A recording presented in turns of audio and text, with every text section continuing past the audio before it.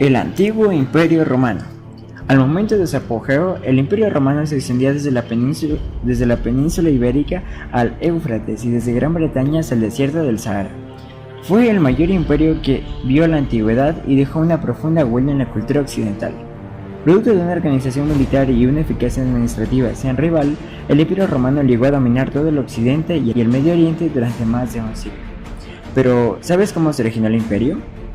Según la leyenda, Roma fue fundada por los gemelos Rómulo y Remo, quienes habían sido amamantados por una loba y criados luego por una pareja de pastores.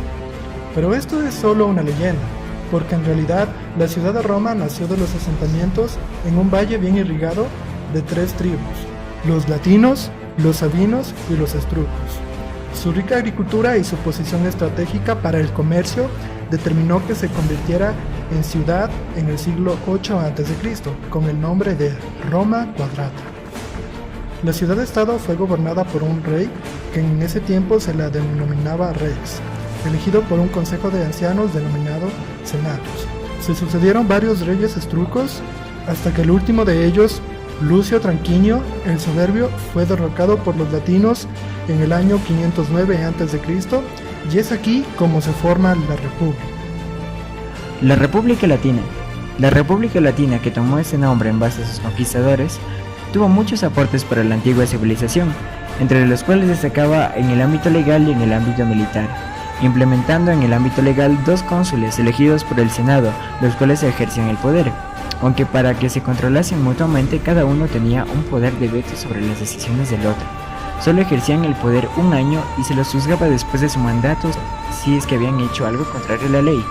También se organizó el ejército, se crearon diversas magistraturas y cargos, y se recogieron por escrito en el alfabeto latino leyes para nombrar las relaciones entre las personas, títulos de propiedad y el comercio. La obra jurídica de los romanos es uno de sus más importantes legados culturales, no solo para su civilización sino para toda la humanidad, y sus principios se incorporaron en las leyes de muchos países en la actualidad. A continuación vamos a hablar sobre la expansión de Roma. Los romanos sometieron gradualmente a los ocupantes de la península itálica. Al norte se encontraban los etruscos y al sur los griegos, que tenían importantes colonias. A continuación, en la segunda mitad del siglo III a.C., se enfrentaron a Cartago, quitándole Siberia y Cilicia. Después derrotaron a Macedonia, con lo que ganaron los Balcanes y Grecia. La derrota a la dinastía Seleucida en el siglo II a.C. consolidó el dominio romano sobre un enorme territorio que cubrió todo el Medio Oriente. A su vez, el ejército cada vez más grande y poderoso desató varias revueltas y guerras civiles. Todo esto llevó a la República a una gran crisis en el siglo I a.C. De la crisis emergió como triunfador Julio César, conquistador de las Galias y de Egipto. Se convirtió en un dictador. En el año 44 a.C. fue asesinado por un grupo de senadores, entre ellos hombres de su confianza como Bruto y Casio, pero 17 años después, su sobrino nieto Octavio suprimió la república y se convirtió en emperador con el nombre de César Augusto. Inauguró así la dinastía de Julio Claudia, que gobernó en el máximo esplendor del imperio, y que terminó en el año 68 después de Cristo, con el suicidio de Nerón.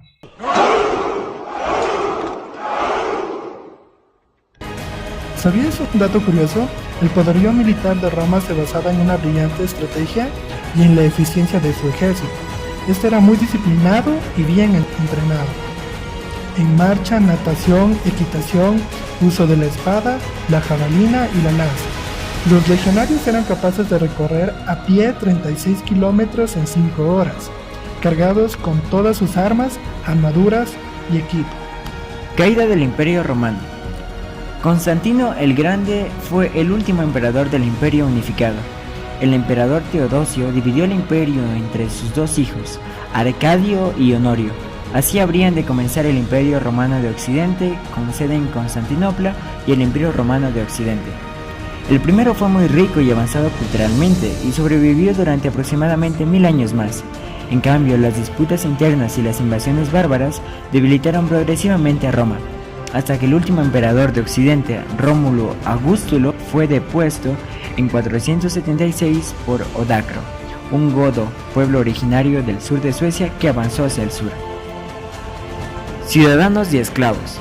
Como toda sociedad antigua, la de Roma no fue la excepción, y fue muy profundamente desigual. La clase social más alta eran los llamados patricios, que constituían el pueblo romano. Venían luego los plebeyos, que eran los clientes libertos y esclavos. Los primeros eran libres, pero no tenían derechos. Conformaban una multitud de pobres, artesanos y comerciantes. Los segundos eran esclavos liberados o extranjeros pobres, siervos de los patricios. Y los terceros eran propiedad de sus amos, generalmente precios de guerra, que se los consideraba como herramientas que hablan. Y bueno, eso es todo lo que necesitabas saber sobre el Imperio Romano, así que mucha suerte y sigue en tus estudios.